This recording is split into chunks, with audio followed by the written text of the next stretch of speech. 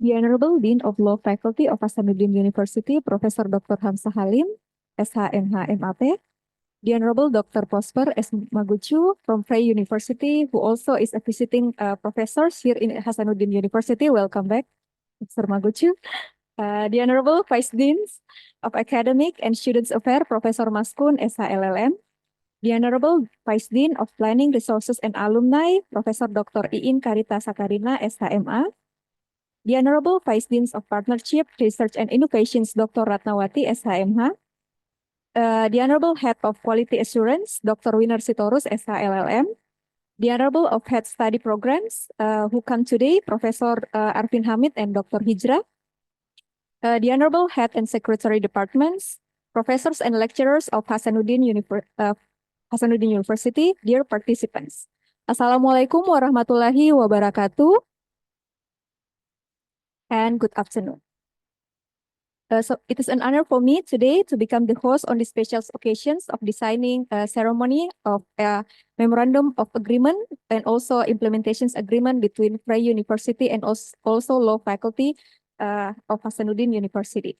That will be followed by workshop of article writing. For the first opportunity before signing the document, I would like to invite Dr. Prosper to give his opening remarks on these cooperations between the two universities. Dr. Prosper, time is yours.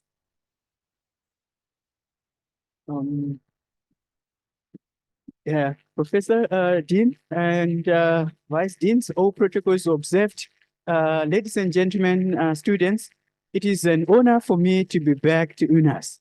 I don't consider myself as a visitor anymore, but I'm already part of UNAS. Yeah, so yes,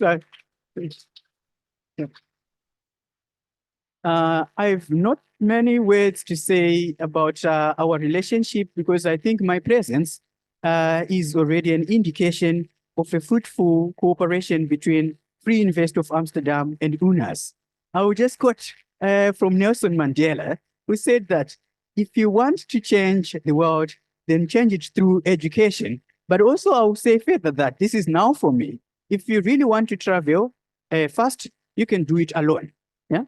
But if you want to go very far, do it with others so you can join with others. If we really want to be successful in changing the world and educating future problem solvers, students, yourself, our main business, then we have to collaborate, many of us here. So I'm very happy with our cooperation, and I think that this is the beginning of great things to come. Thank you so much. Thank you so much, Dr. Prosper. Now I would like to invite the Dean of Law Faculty, Professor Hamzah Halim, to deliver his opening remarks. Professor Hamzah, thank you. Thank you. The Honorable Professor Prosper Simbarase Maguchu from Vrije University, Amsterdam, who also our adjunct professor. The Honorable Vice Dean of Academic and Student Affairs, Professor Dr. Maskun, SH/LL.M. The Honorable Vice Dean of Planning, Resources, and Alumni, Professor Dr. Iin Karita Sakarina, SHMA. The Honorable Vice Dean of Partnership, Research, and Innovation, Dr. Ratnawati, SHMH. The Honorable of the Head of Quality Insurance and Improved Reputation, Dr. Winner Sitorus, SH/LL.M. The Honorable of Head International Law Department and Head of International Cooperation, Dr. Birka Latif, SH/LL.M. The Honorable of Head and Secretary of Department, Head of Study Programs and Lecture within the Faculty of Law, Hasanuddin University, and everyone. Assalamualaikum warahmatullahi wabarakatuh, and good afternoon.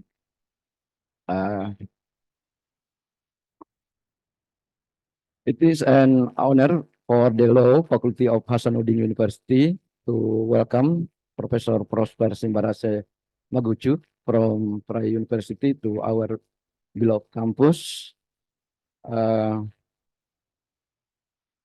I talk. I see Professor Simbara's speech, and same I see talk Nelson Mandela speech before.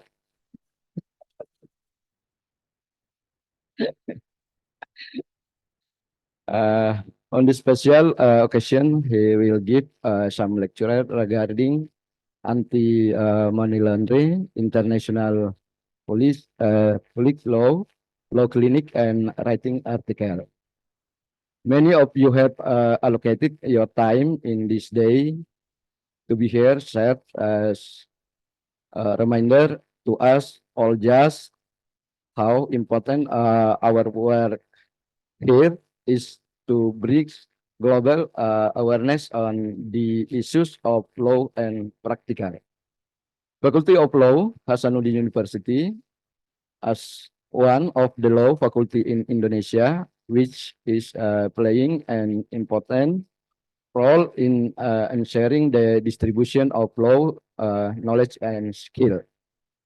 As a dean of the Faculty of Law, I sincerely hope that this collaboration can be continued and bring significant benefits to our campus.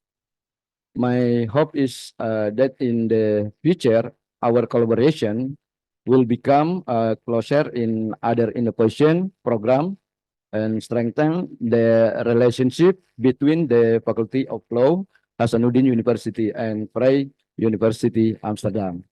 Thank you very much. And by the end of this speech, I hereby official open this article writing workshop. Thank you. Assalamualaikum warahmatullahi wabarakatuh and good afternoon. Thank you so much, Professor Dr. Hamzah Halim, for the opening speech. Now, for these special occasions, I would like to invite our Dean, Professor Dr. Hamzah Halim, along with Dr. Prosper, accompanied by all the Vice Deans, to come forward for signing of the Memorandum of Agreement between the two universities.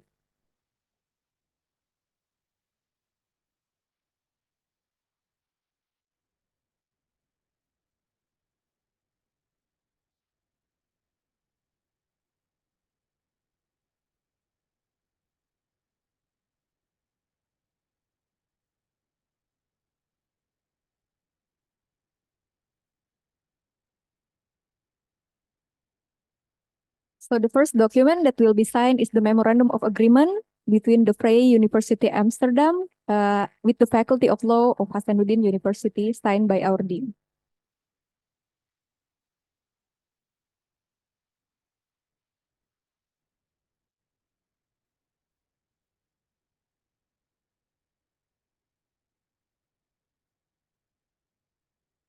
Please show the document so we can take a group picture.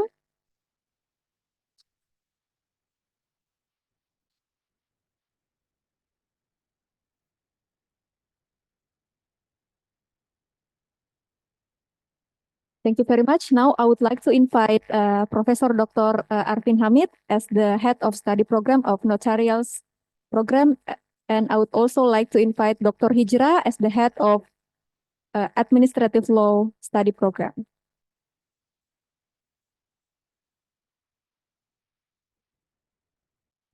So the second document that will be signed is the Implementation Agreement, signed by Professor Dr. Arvin Hamid as the Head of Notarials Study Program.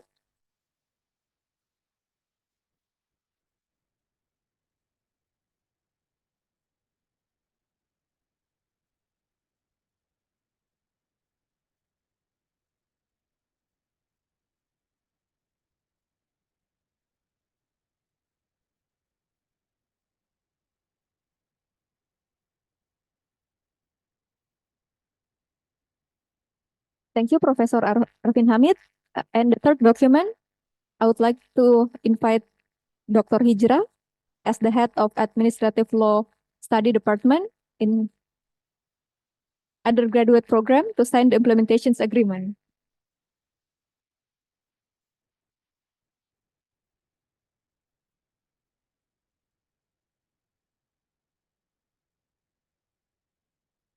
Group picture.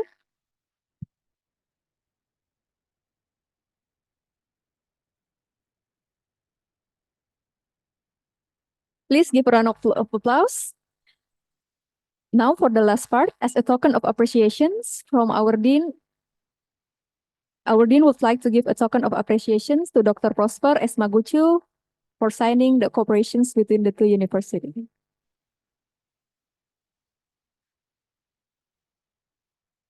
So the first gift is our traditional silk with our traditional pattern called lontara. It's a special pattern from Makassar.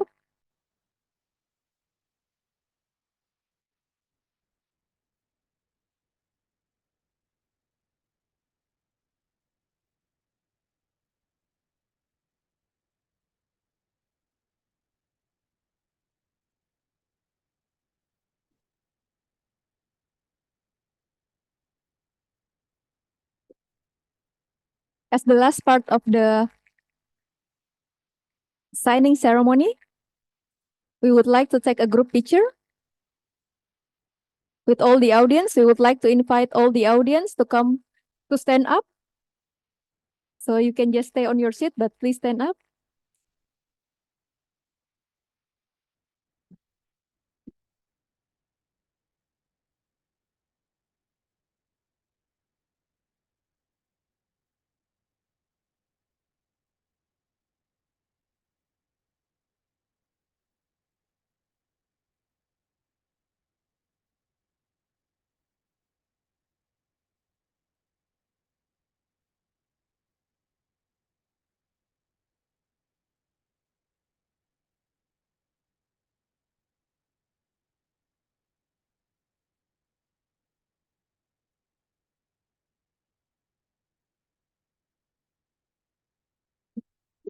Thank you, everyone.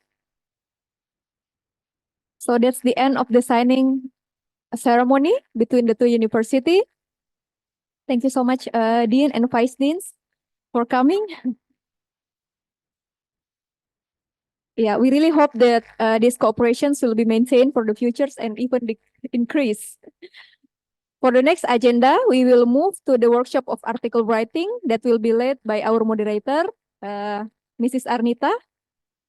For these occasions, I would like to invite Mrs. Arnita to come forward and lead the session. Thank you very much, and Assalamualaikum warahmatullahi wabarakatuh.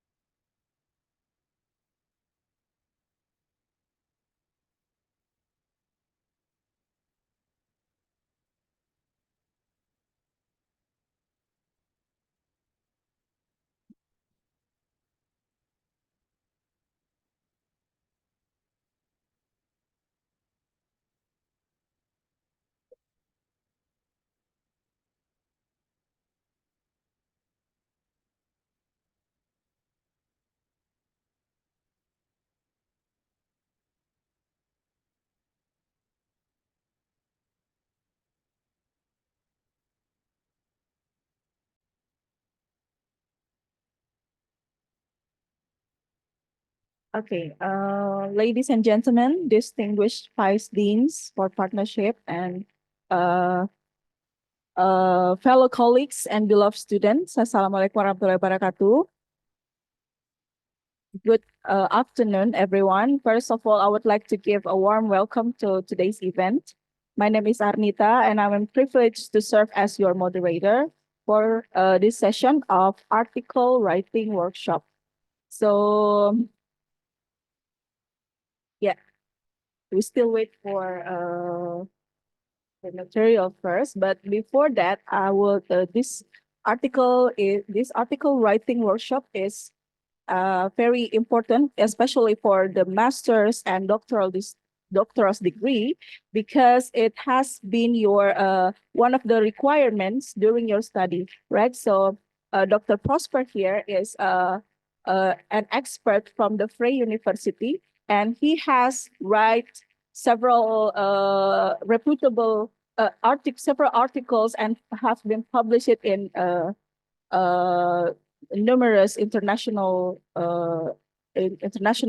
reputable journals. So I hope you can engage in this workshop very specifically. And if you have a question, or if you have something to ask to Dr. Prosper, please do, because this is the session that you will not have for the rest of your study, because it is once in a life, not in a lifetime, once in semester, once in a semester type of workshop. So please do ask if you have a problem understanding on how to write academic articles and how to publish it in international reputable journals.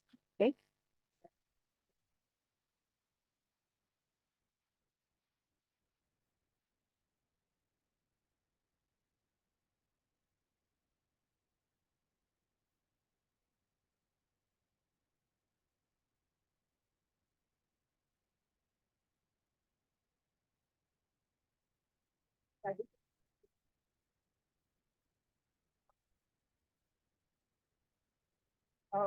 Let's okay. I will.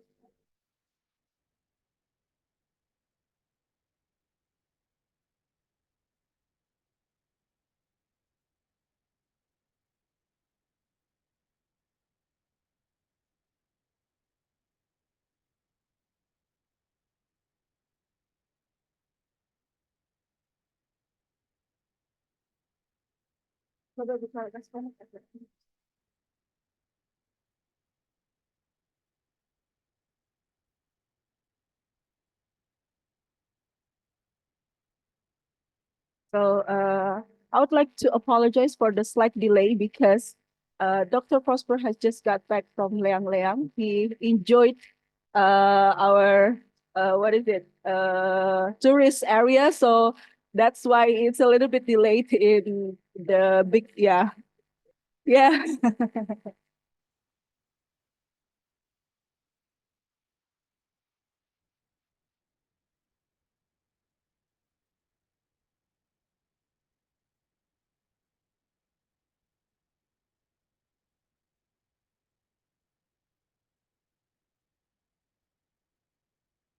Yeah, yeah.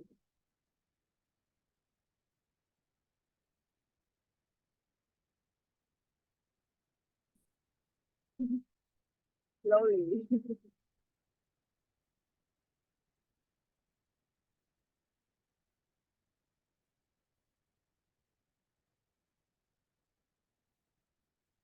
Yeah, yes, yes, still connected.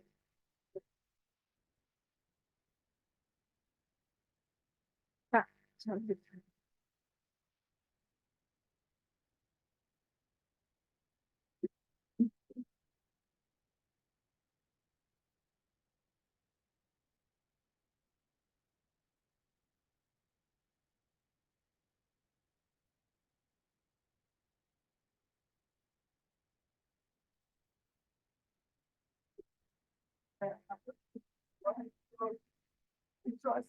Dr. Prosper, here you were.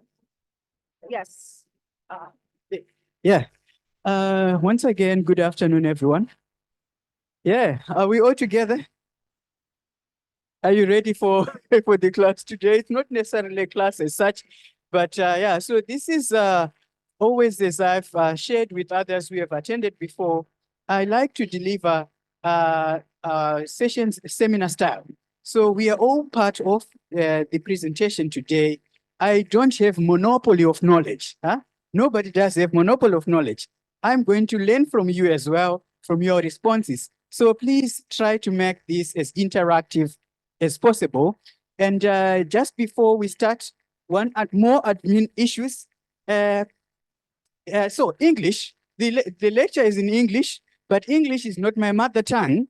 And I'm sure it is not your mother tongue either. So what we're going to do is, if I speak too fast, or if you want me to repeat something, please don't be shy, don't hesitate. Just interrupt me at any time and then ask me to repeat or to go back to the slide before, feel free, okay?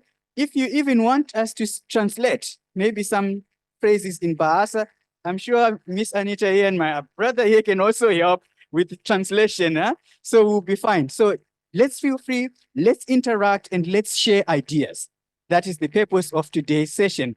But apart from that, of course, we are going to focus on what I've called, my colleague and I, we have come up with these 7 steps of writing. So writing can take several steps, or sometimes not even steps at all, but we have chosen to summarize how to write an article from zero, from somebody.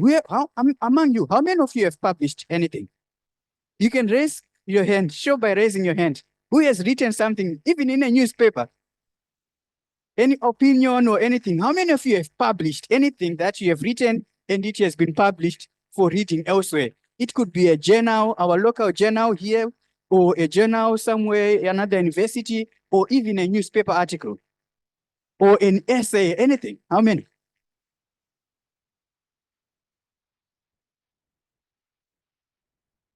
Zero? Yang pernah apa? Ya, Yeah. pernah nulis di koran atau pernah Anything. publish jurnal, artikel? Yes. What have you published? Share with us. Tentang ini tantangan peradilan hukum peradilan mengenai Society 5.0. Di mana? Itu sudah ada juga kalau itu di jurnal tapi belum Scopus. Terus Nasional? ya ada juga terkait dengan Undang-Undang Dasar itu amandemen kelima sudah dibukukan oleh Mahkamah Konstitusi. Okay, so Dr. Prosper, she has published in one national journal. It talks about the challenges in the procedural role during the 5.0. What is it? Yeah, is it? Yeah, that. And then she also published a book chapter, and it has been published within the Supreme Court. What is it? Supreme Constitutional Court. Yeah. Oh, that's really amazing. Let's really clap hands for it. Yeah. So my Bahasa is improving. I heard undang-undang. Undang-undang. Undang-undang. Law. Yes. Okay, that's good.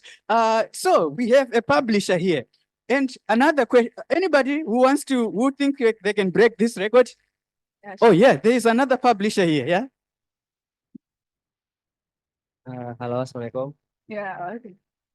I speak in bahasa. Yeah. Okay. Di jurnal legislatif terkait dengan rezim eksekutif heavy Ibu Kota Nusantara, the new city capital in Indonesia.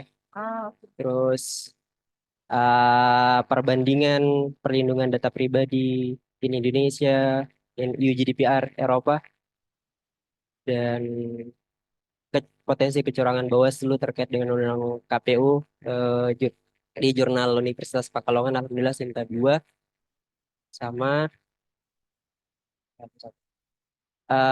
proporsional tertutup jurnal Demokrasi Universitas Hasanuddin. So he has published 5. Yeah. Wow. If I'm not mistaken, 4, 5. Yeah. 5 articles in national accredited journals. And it's very range subject. He talked about the election. He also talked about the new capital city, IKN, capital of Indonesia. He also talked about the protection of privacy, data privacy in the between Indonesia and Europe. So yes. So. Well, also, really, let's give it to him. Okay, then the next question, how many of you have tried to publish and got their papers rejected? Let's be honest and let's not be shy. who has tried to submit something, but it was rejected? Ada yang pernah submit dan yang di reject, ditolak sama jurnalnya?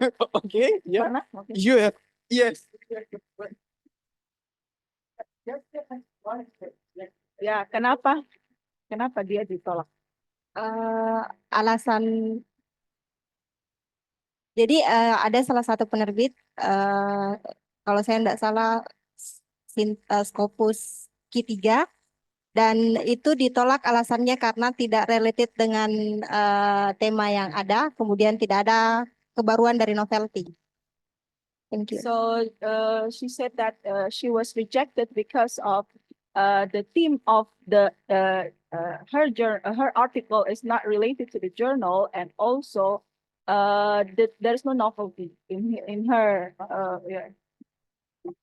Very good. Thank you very much for being honest. Two things. Please, let's note these issues she highlighted. The theme was not incongruent with what the journal is publishing. And then there was no novelty. There was nothing new that she was contributing. That's what the editors felt, right?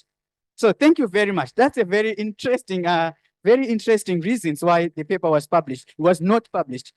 Anyone else who has paper, who tried to publish and they got rejected? Want to share their experience? Pernah ditolak? Yes, yeah, please, this will help us. Let's not be shy. Let's share our experiences. Oke, thank you. Saya akan menjawab dengan bahasa Indonesia. Baik, sebelumnya saya pernah ditolak, tapi beberapa kali juga diterima. Alhamdulillah. Mungkin alasan penolakannya itu kasus yang pertama sama dengan yang peserta tadi. Kasusnya itu karena memang tidak relate. Yang kedua, memang ada beberapa jurnal yang saya tidak tahu. Dia membalasnya hanya menolak, tapi alasannya tidak terlalu jelas. Nah, tapi kemudian saya kemudian mempelajari polanya yang saya dapatkan. Ini mungkin bisa Bapak juga sharing nantinya. Kebanyakan kenapa artikel yang kita ikutkan konferensi internasional conference itu sudah pasti dimuat dalam jurnalnya mereka daripada kita publish secara langsung begitu. Jadi karena saya beberapa kali ikut upload jurnal itu tidak terlalu bagus responnya, atau mungkin pengelola jurnal atau mungkin memang tidak memenuhi kriteria, tapi pas mengikutkan di international conference itu lebih mudah untuk di publish seperti itu. Thank you. So she has same reason with the lady before, that her article is not really related to the journal, and then she also asked for your opinion. How come that if she has published a journal, most of them she has been rejected, but if she submitted through the proceeding of the international conference, most of them have been accepted. Do you have maybe she wants to ask what is your opinion on that? Okay. So okay. That's also good. If you do have any question that you are afraid you may forget, you can also ask. But I was going to answer that later on. But let me just jump in and ask and respond to this. Then we start. Okay. So there are different ways of publishing your article. If you have anything, let's just say anything that you have written, there are so many ways of publishing it. And by publishing, we mean getting it out there. You have written something, you want to get it out there. You can respond to a call for papers. So it's specific. So there is, let's say, the UNAS journal this year decides to dedicate it to environmental law.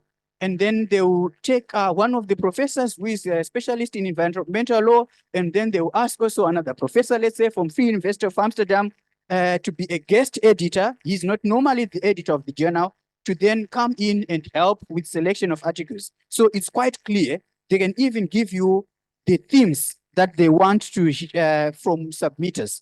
So they will give you 10 themes, and then maybe sometimes say any other theme that is related to what they've already mentioned. So you can submit anything related to environmental law. It could be about building the new capital, and what its impact may have on the local environment, etc. So that's one way, a call for papers. That's also another easy way to get published. Look for a call for papers. I made it a habit myself that sometimes when I feel like I'm running out of ideas of what to write on, I just say call for papers 2024, anti-corruption or anti-money laundering, transitional justice. I put any keywords in regards to what I feel I want to write about.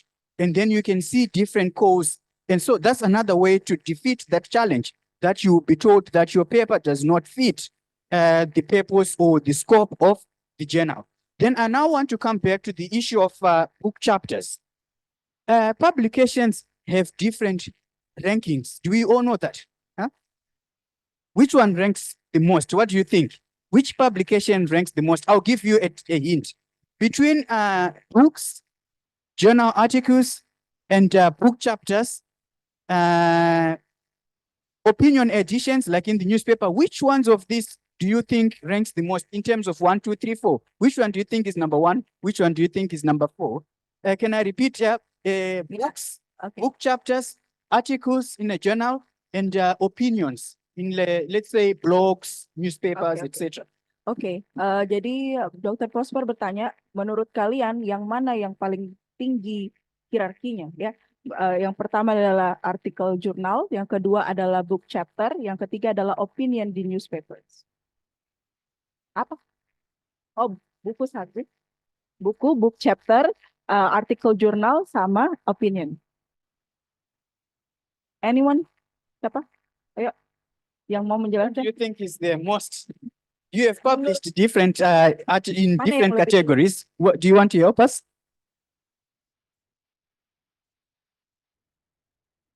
Kalau pendapat saya itu yang pertama buku, terus yang kedua itu jurnal, baru opini. Karena mengapa buku itu di situ semua pengetahuan terbilang, baik itu secara berbasis pengetahuan umum maupun yang tidak. Kalau mengenai jurnal itu penguatan dari tulisan seseorang tersebut. Lalu kalau opini itu bisa mengenai pendapat dari kedua tersebut. Makanya saya lebih memilih buku dulu, jurnal baru opini. Terima kasih. Okay, so she thought that the first, the most highest rank is a book, and then the article, journals, and the opinion. She thought that book is inside book we can find the general knowledge and then more detailed matter on that. As for the articles, it's just for this the reinforcement of the book, and then the opinion is just for the statement or from the something like that. It's not really academically written. So so that's why she said that book, articles, and opinion. Right? Okay. And so book, Book. and what about book chapter? Book chapter, ya. Ada So, 4 tadi. so book chapter. Book chapter, ya. Okay. Okay. Book chapter, journal, article, journal, and opinion. Okay. Yeah. So before I started publishing, I also used to think like that.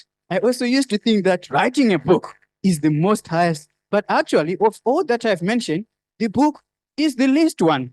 So the most important, the most highly credited source is an article in a peer-reviewed journal. So remember this, not only just an article, but an article in a peer-reviewed journal. The journal should have reviewers, anonymous reviewers, not our friends, not somebody that we know. It should be something that anonymously reviewed and then that's sent back to you. That's why you see their rate of return. Some journals, they can only, out of 100, they can accept maybe 7 papers or even less. If you look at some journals like Human Rights Quarterly, they accept maybe just 3% of the articles that are submitted to them. So the journal comes on top. It's peer-reviewed, it's blind, it's anonymous. He doesn't know whether it's a professor or it's my brother who is submitting or whether it is him who is submitting, because they don't want that. The moment you put your details, your names, your paper is already disqualified. this is to answer the question that why is it conference papers are published more, you have more chances of being published than a journal. So conference papers, usually, they result in a publication as a book chapter in most cases. You have an editor, they call for papers and conference papers, and then the host, they can then come up with a book and they have chapters from contributors. You already know each other. So the process of reviewing is not as rigorous as a journal article. A book chapter, in some cases, depending, may also have a little bit higher value, depending also with the process, because that one is reviewed. Then a book, in most cases, is just you've written your monograph, you have finished your book, maybe it's your thesis, and then you just send it to a publisher, a good publisher. They also want to make money, right? You send it to LexisNexis, you send it to Cambridge University Press, and so forth and so on, and they publish it. So in terms of academic value, depending, of course, on how it is accepted by the community. Sometimes you write a book that is quite novel, yeah? Talked about novelty, that is introducing something new. Then that book becomes an important book in the field. Then it becomes like a very important source. But chances of that happening, especially at this stage, that we can write a book that becomes a textbook at a university are still very low. So it doesn't have much value. You should aim for journals, articles in a peer-reviewed journal, not those ones that send you emails. I don't know if you receive these kind of emails, maybe as an academic. I receive emails almost on a daily basis. Oh, this is the editor of a journal in India. This is an editor of a journal somewhere else. Sometimes they even use some very convincing addresses. Journal in London is the new journal on environmental law, on human rights law. We can publish your paper. If you send even rubbish, they will publish it, by the way. They don't even review it. They are called predator journals. They want money from you. So they will ask you pay 400 or so, and then we'll publish you. In Europe, if you put that kind of paper on your CV, it is thrown away because that is not a valid journal. Well, anyway, we were talking about different types of publications. Now let's get a little bit to what I've planned to the 7 steps, unless if there are any questions. But I was trying to answer the question, why is it conference papers have higher chances than journal articles? Simply because you already know each other. You invite each other for a conference. It's a group of friends publishing. A book, in some cases, is self-publishing. You just write something and you send it to a publisher who is also interested in making money. But a peer-reviewed article is anonymous. It's reviewed rigorously, so it is highly considered in terms of academic value. That's why also when you write, whether you are writing a thesis or you are writing an essay, you know, answering an exam essay, it's more valid. It's more you show your scholarship by quoting or citing more references from peer-reviewed journals. If I look, after assessing a student assignment, I look at the balance between cited sources, primary sources, as well as, you know, how many citations are there in terms of articles and in terms of books, opinions. Opinions, by the way, are now beginning also to overtake even books in terms of their relevance, depending, of course, on the blog. There are some important blogs. The European blog on international European law, I think it's monitored by Leiden University. These are blogs where you find opinions from highly, publicized and jurists. You know, you have judges from the International Criminal Court also writing opinions there. These opinions are sometimes very cited. They become also references, but of course, there are also chances that they may be a bit biased because they never, but some of them are now even going through some very rigorous review. But well, this was just to give you an overview. And the idea why I was asking, why is it articles are rejected? There are several reasons why articles are rejected. And especially, chief among them was already cited that we sometimes aim for a journal that is outside the scope of what you want to publish. But I'm going to make it a little bit easier today and just discuss these steps, few steps of publishing. We are going to skip some of the slides. These are slides that I've developed for a previous session, but we can still go back to that one because I still, well, it is just an example I want to show you of the changing times. It's to put things into context. It took 3.5 years for Netflix to have 1 million subscribers, for example. That's how long it took. It only took 5 days for ChatGPT to have 1 million subscribers. Things are really changing. And I know I've heard some people who are very lazy. They've been using ChatGPT, for example, to write a paper. So you ask it, what are the implications of what are the negative implications on environmental law of building a new capital in Kalimantan, is it? Yeah, and then it will give you, all sorts of very convincing, whether in Bahasa or in English, it is well polished, because it has very good grammar, ChatGPT, especially in English. I find it has very good vocabulary, but it is empty, polished rhetoric. If you try to look at it critically as a scholar, for example, my colleagues here who are teaching can tell you that you can tell that a student has cheated here. It is well polished, but it is nothing. It's just a nice written paper, but without the analysis or content or, citations. There's no quote, it doesn't even make reference to important or emerging case law. So this is also another danger, but this was just to share. Please don't be fooled and think that you can write papers with these chatbots. Let's listen to the next 7 steps that we have developed over time, and I hope that this can inspire you to write. My first article I tried to write when I was in, after completing, I started experimenting with writing after completing my master's. And I still haven't finished the article, by the way, but in between I've written several book chapters, mostly articles in peer-reviewed journals. And also we have now, I'm happy to say I've submitted a textbook, which has been highly, of course, received. It was also peer-reviewed. I like that process, which will be a very interesting textbook. But it took me years. Remember, I told you, the first chapter that I attempted to write, I still haven't finished it, and I hope I'll find time to finish it. But these are some of the 7 steps. We'll get into the 7th step, but let's look at this method here that I thought would always help us, this equation. Introduction, methods, results, and discussion. If you just have this in your head, inculcated in your head, you can begin from 0 publication to even around 4 publications a year. It is always about thinking about, okay, what is it? I want to have my original research. So I want to have something novel. Something has been bothering me in my mind about data protection. I really want to write about it. Okay, but what is my introduction? How am I going to get the data that I want to analyze? Results and discussion. But of course, this sometimes can work very well, let's say in scientific papers. In law, it may have its own limitations. We are going to discuss some of these. And when we talk about the 7 steps. Okay, so I don't know if we are going to need the next one. Okay, wait, yeah. Okay, this is just a quick one. Writing principles, the IMRAT, you can use it when even writing your research proposals by papers. There are, some distinguish between papers and articles. And then we have, for instance, before developing an article, that's also another trick I want to share with you. If you think that you are not yet ready to submit your article again, you don't want to have another regret. So you are not ready to submit your article again to a big Scopus Index journal. They are what are called working paper series. I don't know how many of you have heard about working paper series? WPS. So you need to go and check this.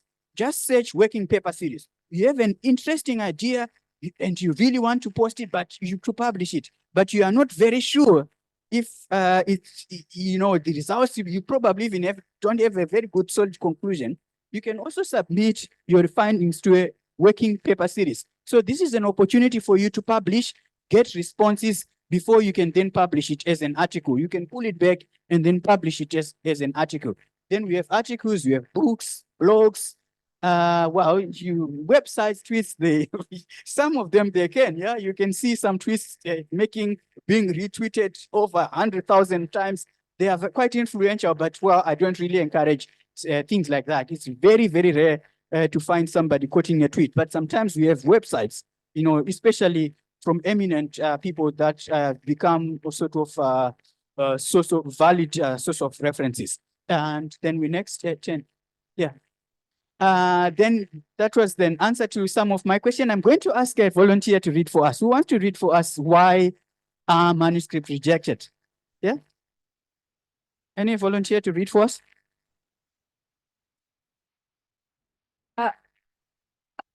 Satu orang bisa baca? Satu orang? Baca aja, baca. Volunteer. Daj. Okay, yeah, you are near to me. Ya. Sure, yes.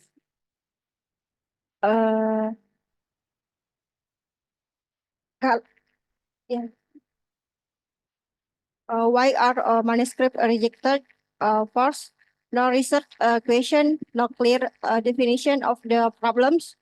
Two, no argument, only description.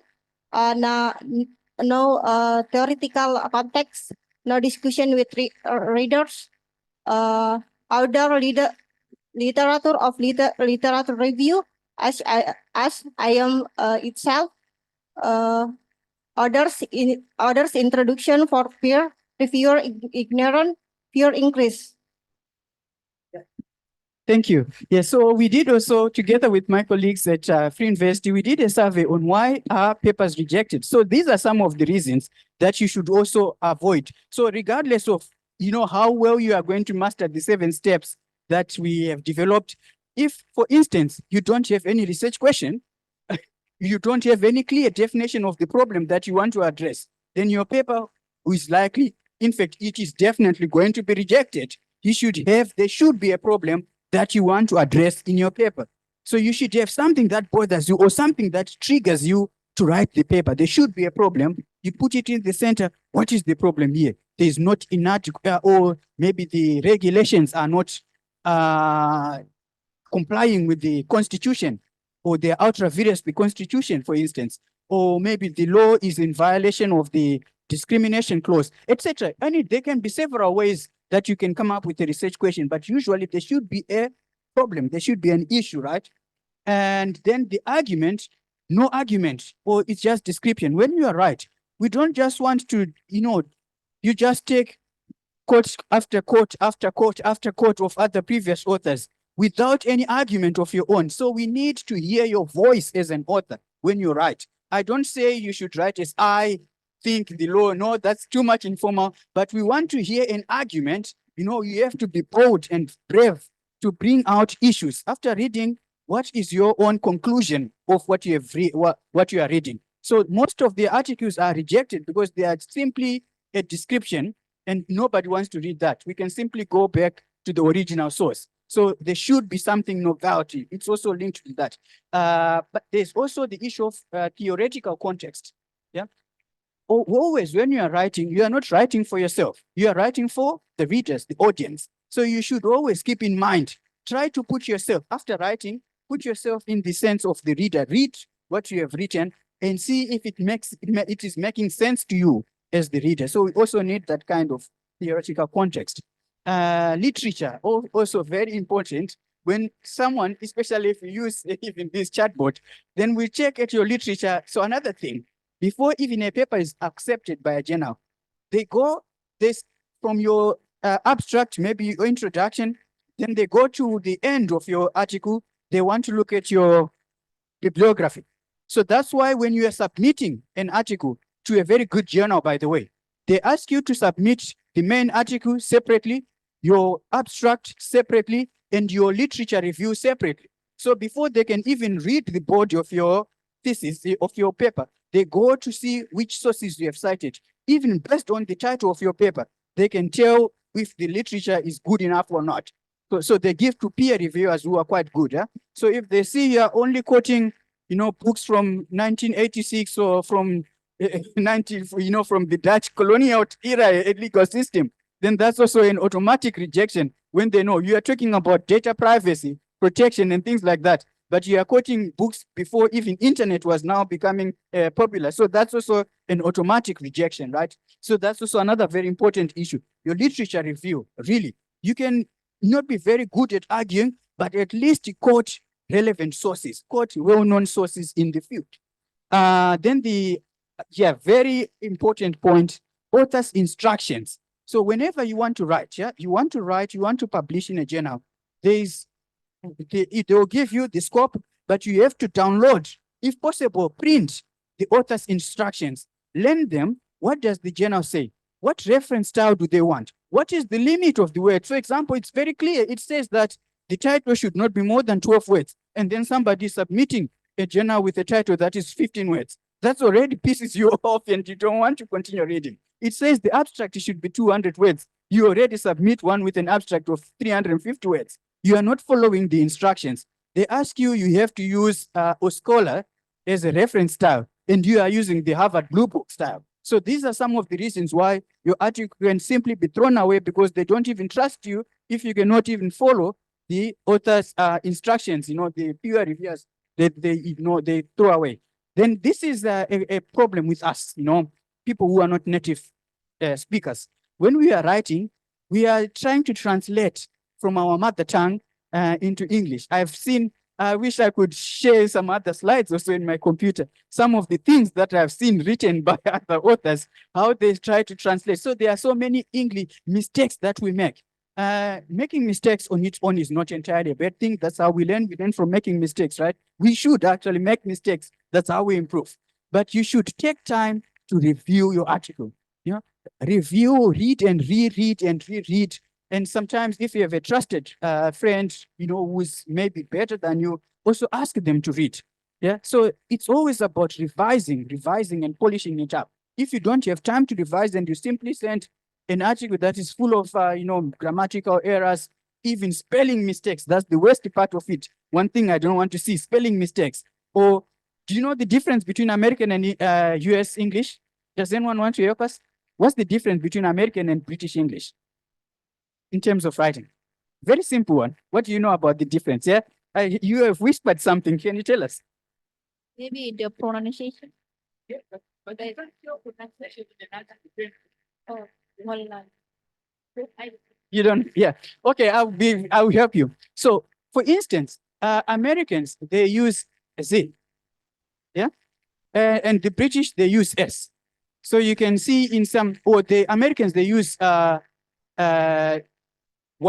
English people, they use double M. So they say program, double M program, or specialized. I'm specializing in anti-corruption. The Americans will use Z as specializing. The British will say, I'm specializing with an S. Sometimes you see an article that is written with both S, sometimes they put Z, you just mix everything. You cannot respect even some simple grammar rules. So these are some of the reasons why articles are rejected. So make it also, if you really want to write, then you should be able to read. Spend your time reading. I used to know very terrible when it comes to writing, but I started reading. And this is the time before you could get even an online course. So I had to do some self-reading, sometimes just simply reading articles. One thing that I can do, this is a tip, and then we move to the next stage. Find an article within your field. One article or even up to 3 articles that you think are very well-written articles that you have liked reading over and over again, and make them your model articles. Read and read those articles. See how the author have used words, how they have played around with words. After all, law, law, LAW, is language at work. So you should be really good at language. So if you can do that system, read and read more, then you become also better yourself. I came from not being able to construct a proper single English sentence to publishing, and even now I'm teaching as part of my teaching courses at Amsterdam, at Vrije Universiteit Amsterdam. I'm also teaching English writing for practitioners, for lawyers who are practicing. Lawyers in the commercial sector, they come to full, we teach them how to write well. But I was also 10 years ago struggling to write just a single English sentence. So you can also make yourself perfect through the art of reading. So that's another tip that I also want to share with you before we share the 7 steps. So are we clear with those ones? Is anybody angry with that? Or not? Are we happy?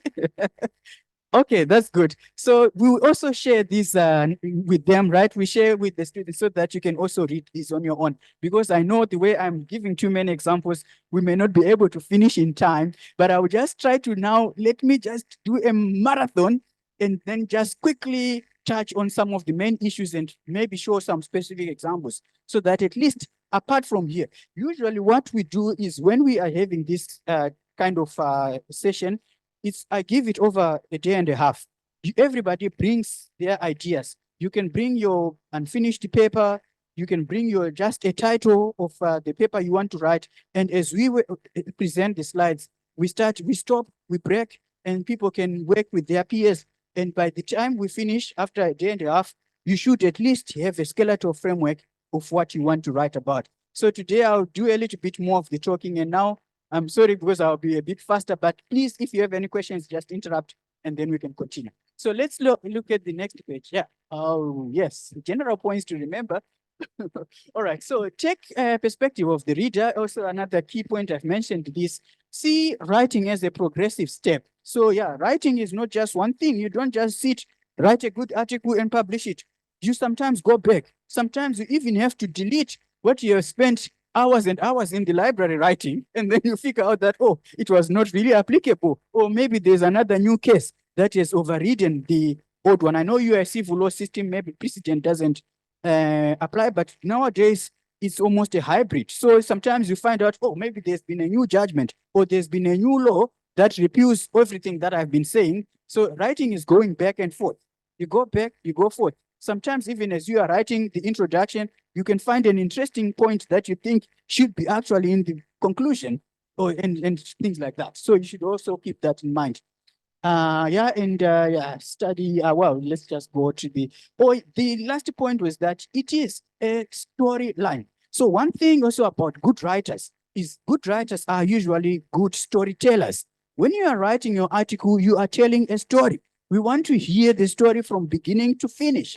You can say, this is the story that you are. Show us in some signposts how you are telling us an interesting story. I'll get it back to that in some slides. But to give an example that I usually give, if somebody starts by saying 3, 7, 5, 2, you're not really sure if they are announcing some lottery results, or maybe it's a significant number, or it's their date of birth or so. But if I start by saying 1, 2, 3, you know that I'm counting, right?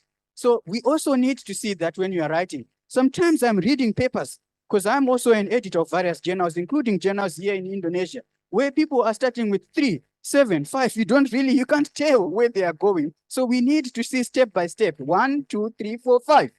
If you are directing me, if I ask you, how do I get to honors? I'm outside. You tell me, okay, after left 10, go to the right, and then you will see this, and you go there. You don't just tell me that, oh, by the way, if you see there, you are lost. You have to come back. You have to give me proper directions that will lead me to honors. So that's the same concept you should apply also when you are writing your journal article. That's about storyline. Let's go next, yeah. The quote is not there. Let's skip that one too. Let's skip that too. Yeah. There are the 7 steps. So then I can just go. Anisha, how are we doing in terms of time?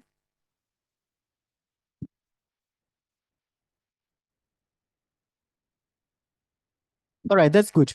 So in order to help yourself from being a non-publisher to a publisher, you need these 7 steps, which I will summarize in this first page. And then, so you need to find a good research question. So writing is about answering a question. So you should have a question. That's why even when you have to submit, whether it's a proposal, there should be something that you want to answer. So your journal article, your book chapter, your opinion is an answer to a question, to a broader question that you've come up with. So come up with a very good research question. This is the first step that you need to do to write. And then divide it into sections. If I had an example, okay, who wants to propose a good research question? Oh, who has a research question? Anyone who wants to share a research question? And then we can work on it. It is to your advantage. If you share with us your research question, by the time we finish today, you already have an article. Yeah, yes. Anyone else? All right, there's a volunteer here. You have a research question, yeah? Di beberapa jurnal, Scopus, dan juga Silta 1, Silta 2, banyak melibatkan terkait dengan alat bantu. Tabel, gambar, chart, dan segala bentuk diagram. Nah, jika penelitiannya sifatnya normatif dan betul-betul pada kajian teori dan filosofis, akan sangat berat untuk membuat chart itu dan memiliki potensi untuk ditolak. Bagaimana cara untuk mengatasinya? So Dr. Prosper, he's actually asking a question. He said that he normally do some normative research. It's like a doctrinal research. Different from empirical, some normative does not really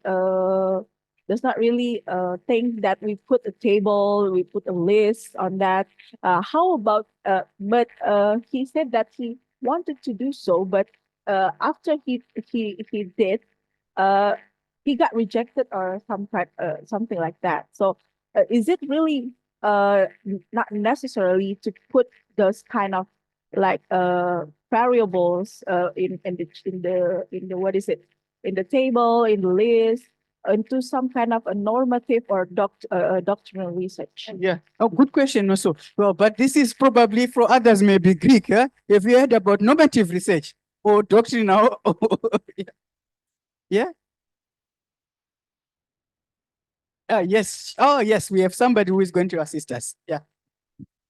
If I may propose a research questions, how is the revocations of mining permit in the perspective of insolvency law? Excellent. All right. So we are going to come back. Let's just quickly answer the gentleman. Then we come back. We now have a research question, but Anita, we should always have a board to write down things so that it will be easy. But I think now it's too late. Wow. The question from the gentleman is about methodology. So we talked about IMRAD, introduction, methods, etc. How you discuss. So you should have a methodology. There are various ways. Usually, for a very long time, lawyers, we were only taught to write, to apply the doctrinal methodology. Doctrinal methodology doesn't mean you are a doctor or anything to do with medicine. This is when you look at the black letter law. You are looking at the law itself, the words in the law. What does the andang, is it? I always, undang, yes. What does the undang say? What does the constitution say? So you're looking at the wording in the law. And then you say, the law in this case is mistaken, or the law, if it's applied in this case, etc., etc. So this is the doctrinal method of law. That was very popular until now it's old-fashioned. I also criticize when I'm examining, for example, PhD thesis, if somebody just uses the doctrinal methodology, because law does not just exist in a vacuum. Law exists in a community, so you need to use other methods. Go into the field, into the community and ask people, for example, what do they think about the provision of the law? How many people have problems with it? You know, look at other things, interdisciplinary, look at other methodology, sociological perspective, etc., etc. So there are many views. But to answer, we can also maybe talk later on privately, how you can also, it's not encouraged to use one method, especially to use only doctrinal methodology. Nowadays, you need also to be multidisciplinary, even as lawyers, because we should understand that the law exists among other fields and disciplines. So now we have a research question, and if we can repeat our research question again, sorry for that. Yeah. How is the revocations of mining permit in the point of view of insolvency principle? In the point of view, yes. Yeah, insolvency law principle. Insolvent. So there is a research question. So somebody wants to come. There is something that is bothering here. She probably wants to know, what about the revocation of mining contracts? Within permits within the context of insolvency law. Yeah. So this is a research question. Yeah. You have your research question. It's quite clear. You don't even have the answer, maybe yourself. Yeah. If you find yourself with an answer, that's already a little bit problematic. So a research question should be, you may already, you have an idea that it may lead to this, but you still need to find a method that you can then use to answer your research question. Once you have your research question, then you need to divide a text into sections. So when you have that, obviously you are going to start with, not compulsory, but it's always important to give your reader, to make sure that you are at the same level as understanding with your readers. Begin, or at least, or even in the introduction, a bit of discussion of the key terms of what you're going to write about. people may not be even familiar with this issue of mining permits, or on which section do these mining permits, which is the legal source of these mining permits. And then you'll give us a little bit about it, even again, repeat, what about insolvency law? What's the basis and so forth. So you start having divide your idea into sections. You can already get an idea how many sections my article will have. So it will have maybe 5 sections. It will have an introduction. It will have maybe a discussion or definition of terms. Then I'll go into the insolvency law, or then I can go into the relationship between mining permits and insolvency law. You start breaking it down into paragraphs. Sometimes you may change, and then of course you have your introduction, your conclusion. So you break your research question into sections. If we had a board, we would try to break down this, but perhaps maybe if you 5 minutes. So we were formulating a research question. Maybe a better idea, given that we have less time available, let's just try to work in groups. So any idea? Did you, we were asking you, right? Yes. Based on your question, which sections do you think the paper should have or should discuss? Which key areas do you think the paper should discuss? Maybe you can lead us in the discussion. Do you want? The sections that your paper should have, if subheadings, for example, based on that research question, what subheadings, if you can, that you may come up with? Yeah. I think there will be several subheadings. The first one, of course, we have to elaborate on what is the mining permit, the legal basis, and after that, we need to know which law caused this, because if we take a look in insolvency law, there is no relations of revoking the permit. So it's in relations on the mining law. So we will discuss a little bit on the mining law, and then draw the line into this insolvency law. And then because we want to see the perspective of insolvency law for the revocations of this permit, we will see the principle of insolvency. For example, there are, let's say, there are 3 principles. And then at the end, we will elaborate and build an arguments how we view these revocations based on each of the principle of insolvency, whether it is in line or whether it is against. And after that, we will go to the conclusion. That's what I have in mind. Yeah, basically, yeah. But just to also, this also serves to explain what we have mentioned, that when writing, you want to show that you are A, B, C, D, or 1, 2, 3, the steps in a coherent manner. So want writing that is coherent. You begin by defining the basics, or show the relationships, especially in the basic question. In this case, you want to look at 2 different thematic areas. So how do you, what I call the golden thread? A thread is like a cord. So what's the golden thread that is going to join these different ideas, elements together? Show that upfront. And then you go, once you think you have explained the definition to somebody. And let me try again with another different example, and I don't want to offend anybody. Let's say you visit some remote village in Indonesia, yeah? And then you want to explain to somebody that I found out about this, maybe your place on Facebook, yeah? And this person probably has not known what Facebook is. People, maybe they don't even have any smartphone or computer or access to internet. So you have to explain to them what actually is Facebook, how does it work, and so forth, right? Before you can then tell them how did you find out about their existence. But if, of course, you go to a restaurant here in Makassar and you have found it on Facebook, if you try to explain to them how Facebook works and what Facebook is, they'll probably just look at you and be worried that what is wrong with you? Why are you explaining to me about something that is very common? So when writing also, you need to make sure that put your readers in a situation where you want to create a space that they can understand what you are talking about. So what is the golden thread joining these different elements? Then you can start your argument to say, okay, maybe mining law from this perspective, insolvents, mining permits or insolvents from this perspective, or traditionally deals with this. But how is it now that the 2 could, or maybe there's a conflict, then you highlight that. You then go into your argument. And then if in some cases make a comparative. Yeah, people like to be given solutions. So then you make a comparative that, oh, by the way, in Singapore, they do it like that. In Indonesia, or in Japan, they do it like this. I propose that ours can be clear in so and so, and then you give your conclusion. Don't just write, citing shortfalls, but you don't actually provide any solution. Your paper will not less likely to have really impact even after it's published. So these are some of the ways in which you can then come up with your subtopics. And your subtopics should also be, coherent. Next step will be using paragraphs. So you have your question, your research question that becomes most likely your title. Then you have your subheadings. Within those subheadings, you need to have your paragraphs. So in your paragraphs, you can divide. So the first paragraph, that's where you put the most important issues first, right? Maybe the center of your argument. And then the next paragraph continues with the story until you exhaust the issue.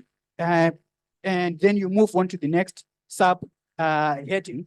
And these paragraphs, even in the first line of your paragraph, we should see that if we just read the first sentence of your paragraph and we go to the first sentence of the second paragraph, the story should continue.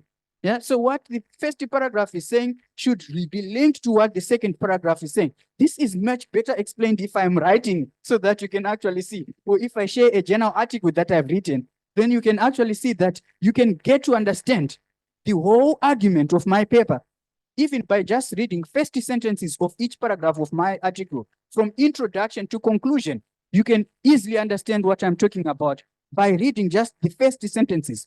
You go to this first sentence, the next sentence is the second sentence, you go to another one. It should tell a story on its own, summarizes my journal article. And this is why it's important to use these transitional phrases. So in each paragraph, so you have your first paragraph, introduce the main point. You can have the second one. Similarly, the next one, however, in you use those. This is the glue that joins the arguments together. So again, these are the issues that can become very clearer if we are looking at an article. And I'm going to share maybe one of my articles together with this so that you can not obliged to use it as a model, but you can see what I'm talking about. How even just writing about simple things can get you published as long as you are coherent in your story. You have an argument, you have something, you have a problem, you have subdivided, you start your paragraph and everything is well connected. A good introduction that points at the right direction.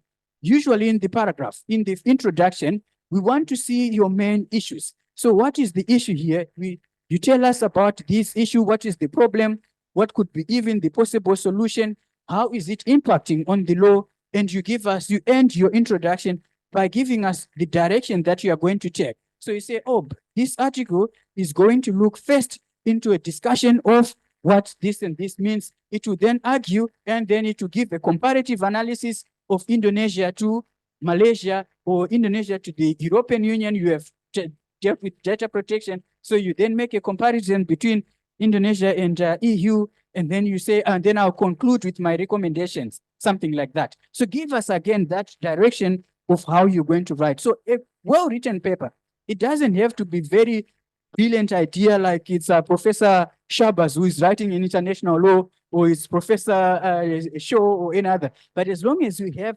a coherent, well-argued paper, that also can easily get you published.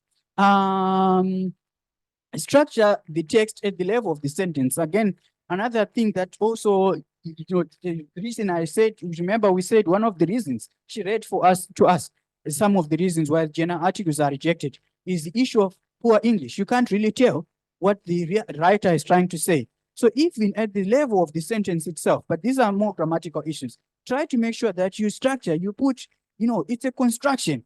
What is it that, put words in the right places. That's why it's also important to then revise. You check your language, again, you go back to your references and so forth. So these are basically, in a nutshell, the 7 steps that will make you from being a zero publisher to a publisher even overnight. You follow these principles in this article, in this presentation, if you have already a question, you can easily start writing.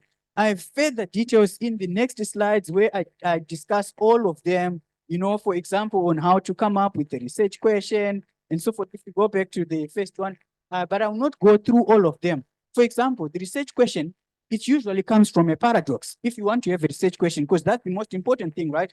How do I come up with a research question? She has already come up with a research question. Maybe she can tell us what the motivation was, but there are so many ways in which you can come up with a research question. So that I think I may have one of the example I like to use when I'm discussing with my colleagues from Indonesia is look at it from this way. Indonesia has one of the biggest population in the world, right? Yeah. It is not the population. What? How many people are? It's number.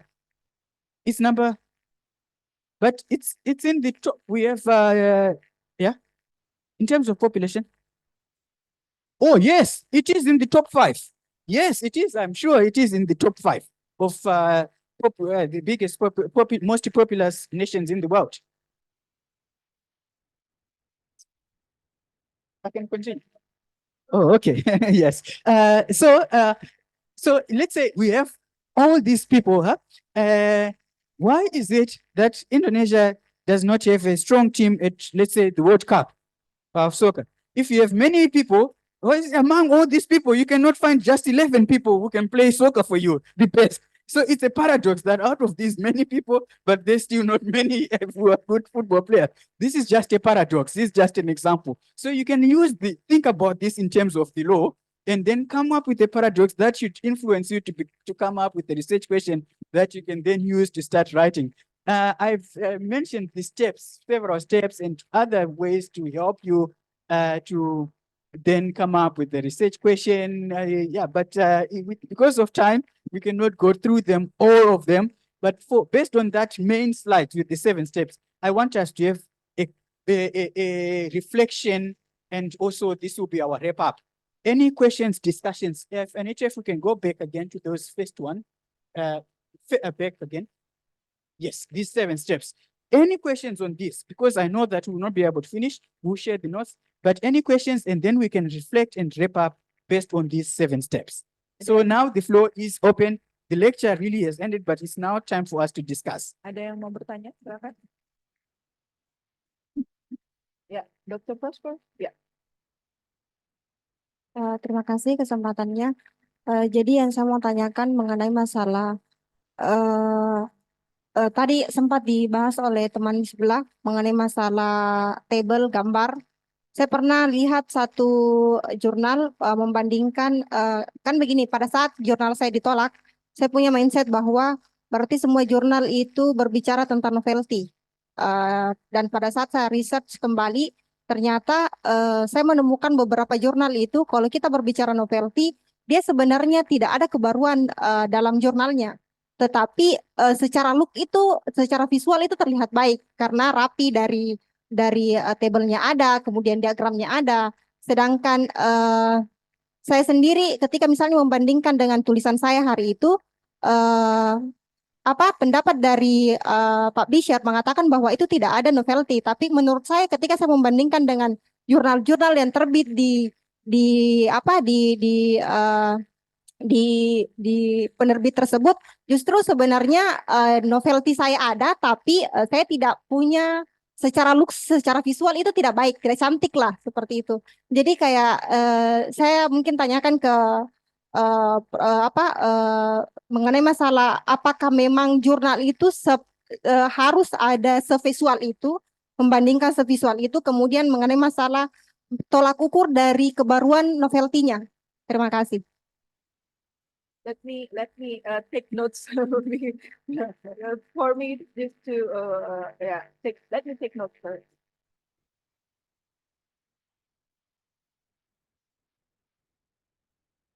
Okay.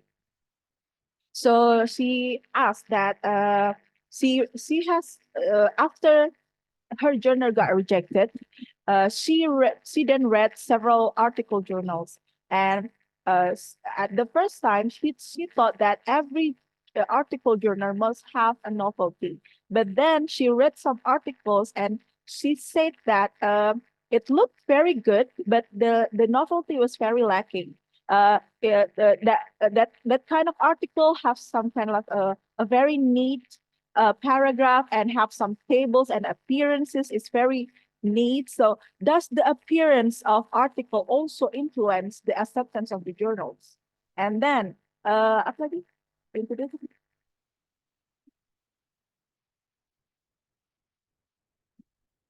Okay. So which one is very prominent for them to for a journal for our article to be accepted? Is it really based on the novelty or appearance or also matter in this term? Yes, sure. Appearance, that's why I really make here some emphasis on the division of paragraphs, of sections, paragraphs, use of transitional phrases, these phrases. We look at academic phrases. You can look, if you see certain academic phrases, the author knows what they are talking about. But maybe the first question that I should answer is novelty. You read something, you cannot really find where exactly is the novelty.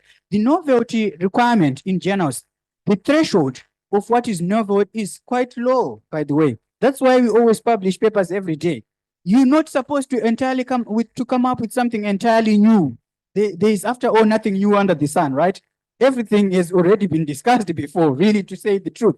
But try to find out something, sometimes even if it is a novelty, to look at a question that has been asked about Chinese law, and then you ask the same question on Indonesian law. That is already a novelty. Yeah, you look at what are the implications of data protection laws in the United States, and then you say, what are the implications of data protection law in Indonesia or in Makassar or anywhere you want to discuss? That's already a novelty. So the threshold of what is novel is not very, very high. You don't have to come up with something that nobody has ever come up with, invented before. You just have to change or put it into context, in a different context. So the novelty itself is not a very big deal, because it's something really new. But it's important that your presentation, important that you quote proper, make references, you follow the author guidelines. That's also part of the presentation of the paper. Just to answer your question in a nutshell. Any question? Bisa dimengerti? Oke. Ada yang mau bertanya lain? Oke, silakan. Yeah. Terima kasih, tapi sebelumnya Ibu bisa ditranslate sebentar jawabannya, Pak. Oke. Baik, yang ingin saya tanyakan mengenai referensi step ke-7.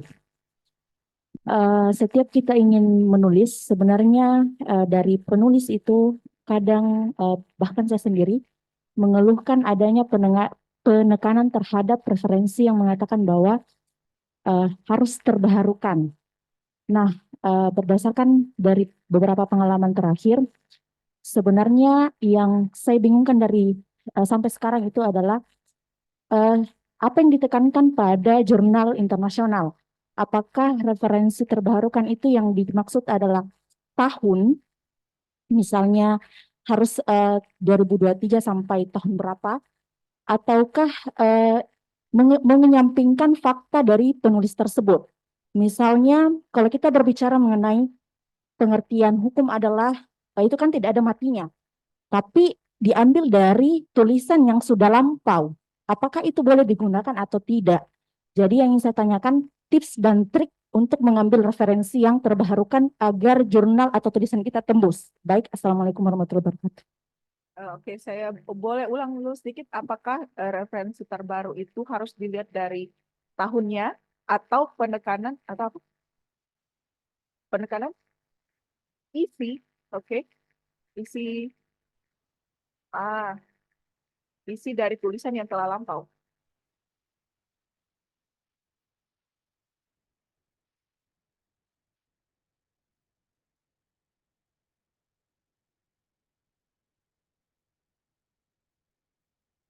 Okay. So she wants to ask about the references. Okay. So every time she writes something, the author actually she always complains. She always have kebingungan, confused, yeah, about the emphasis on references. Yeah, that must be that should have been the latest from the latest references. So based on her experience, she's confused about what is emphasized in international journal in terms of the recent the recent references. Should it be the latest references by looking at the year, or it should be the emphasis of the past writings which are factual? It doesn't mean that it has to be. It could be like in the past writing and not be in the, but it's still correct and factual, rather than that is writing in the recent year. Did you get the? Yes, I think I okay. got it. And yeah, it's also a very good question. So again, I always like to give examples. Let's say you go out there, you are taking a walk. You met a group of friends, and they are there in a ground group. They are talking about the latest football results. Yeah, check. Oh, you see that game? He was playing nice, and so forth and so on. And then you come in there, you start talking about how things have, the rupee is losing value and things like that. You just come in, you start talking about that. You're not joining a conversation, right? That's not nice how to get into a group or even a group of strangers. You get into a group where people are already talking about something. You come in and you also try to weave into the story, or you are listening, you are sitting in a bus. People are talking about something. You also share something that's related to what they are talking about. That's how you make friends, huh? Then they start looking at you, and then you continue. Yes, I've seen it like this. Oh, the bus is always late like that. You don't come and start introducing something that is different. The same goes with writing journal articles. You look at the journal that you want to publish with, try to see which papers they've published in maybe a similar topic that you want to publish it. Writing journals, academic journals, is about continuing with the conversation in that area of law. So you want to come in and weave in the conversation with others. Look at the latest papers. What have they been saying? If they've been saying corruption is a violation of human rights, you come and join from that talk. Corruption, yes, is a violation of human rights, but only in circumstances where corruption is rampant. You add something new, right? You don't just come in where they say corruption is a violation of human rights. You start by saying, oh, but corruption is not a crime. You have to follow in the conversation. So look at the latest papers in that field. Look also at the papers that have been submitted to that particular journal and see who have written what they say. What did they last say before they concluded their journal? If you look at certain journals, for example, journal articles, in the end, maybe in the conclusion, they mention this may need future research. Yeah, they have not concluded. Yeah, they say, okay, corruption can or may lead to violation of human rights, but how exactly can you make the causal connection?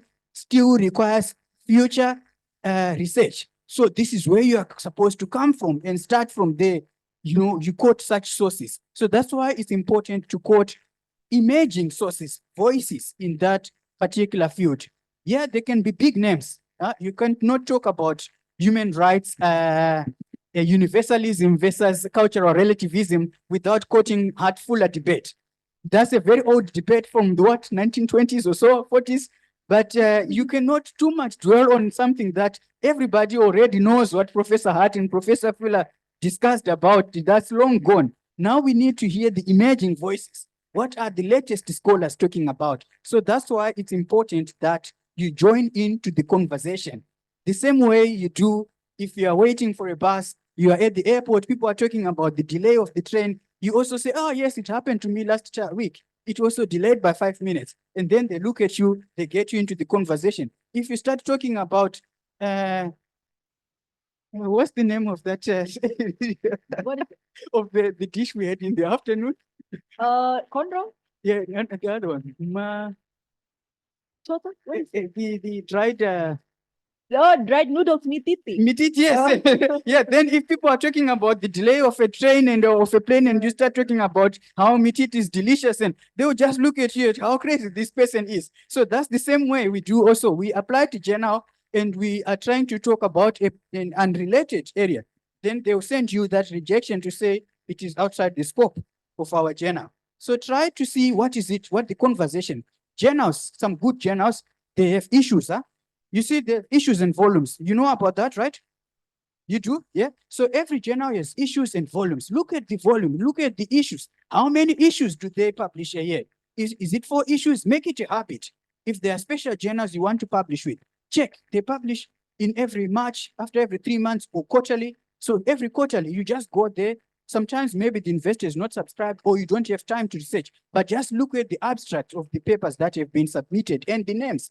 And that's where you get to see what is the conversation these days about environmental law? What is the conversation about data protection? And then when you write your paper, you pick up from where they have left the conversation. So that's why it's important to quote the relevant topical sources, because we don't just write for fun. We are writing because we are pushing the envelope of knowledge. So you want to take over from where others have left, like a relay. You take the stick and then you continue. You don't go backwards to where others have already finished the rest. So with this, I will left. I think I don't know if there are any other Okay. questions, but otherwise, yeah.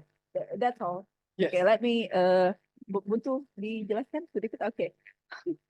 Itu agak panjang ya, jadi mungkin saya simpulkan saja. Jadi menulis artikel itu seperti melanjutkan percakapan, ya.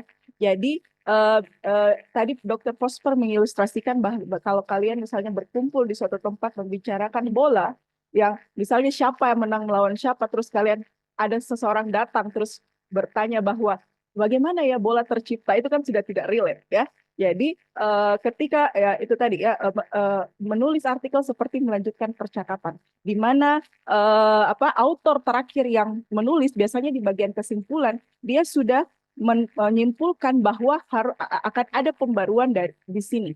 Jadi biasanya ketika kalau kita membaca artikel, baca bagian kesimpulannya. Biasanya ada saran atau apa, biasanya kan ada yang kurang, dia sudah mengetahui kekurangan misalnya dari paper ini, nah itu yang kalian lanjutkan. Jadi tentunya untuk menjawab pertanyaan tadi, sebaiknya dimulai mencari di mana referensi yang paling relate. Misalnya kita cari jurnal tentang korupsi. Sebaiknya kita cari memang jurnal yang fokus di bidang korupsi, kemudian kita lihat volume yang terakhir, dan kemudian kita lihat saran dan kesimpulannya. Karena otomatis ketika kita membicarakan artikel korupsi, ya tentunya mereka uploadnya di artikel yang bertemakan yang sama. Jadi seperti itu. Jadi cari yang the latest ya, atau yang terbaru, karena biasanya untuk membicarakan hal tertentu atau membicarakan anti korupsi misalnya, kita sudah dianggap mengetahui pendapat-pendapat ahli terdahulu karena kita sudah melakukan studi sebelumnya. Ya, ya seperti itu. Oke, ada lagi? Silakan tadi yang baju hijau. Oh tidak. Ila. Any other question? Ada yang mau bertanya lagi? I Silakan. have maybe one last question. Okay. I'm actually curious how many reference is one article supposed to have minimum? Do you have like any idea the range of the number of reference? Yeah, thank you. Yes. So it's a rule of thumb. This is something that I developed. Every page of your paper should at least have 5 sources. At least. At least, yes. So every page, if you are using footnotes, at least have 5 footnotes on every page. And try not to have, you just quote Maguchu, like, no, try to at least, you quote me, you quote Anita, you quote everybody else, yeah? So they have different, but at least that's a rule of thumb. That's a 5 that looks like somebody who has thoroughly researched. Yeah, this is my rule of thumb. Thank you. Okay. Anyone else? Ya, ada yang lagi yang mau bertanya? Silakan. No? Sudah? Okay. I think that's all. No one wants to ask. Hey, thank you everyone for your attentive listening. That was fantastic. Mungkin tidak perlu saya simpulkan ya. Sudah dapat semua ya. Nanti akan saya share apa sih namanya ini? Ya, materinya ya. So thank you all for attending today. Saya harap kalian bisa mendapatkan banyak ilmu dan informasi dari workshop dari Dr. Prosper ya. If any of you wants to ask question, more detail one, you can datang ke saya atau bisa mungkin ask for question. Ya, oke. Kalaupun ada yang mau bertanya langsung Prosper, silakan ya. Oke, kalau sudah tidak ada pertanyaan, mungkin saya akan mengakhiri workshop kita untuk kali ini. Terima kasih atas partisipasinya dan selamat siang. Assalamualaikum warahmatullahi wabarakatuh.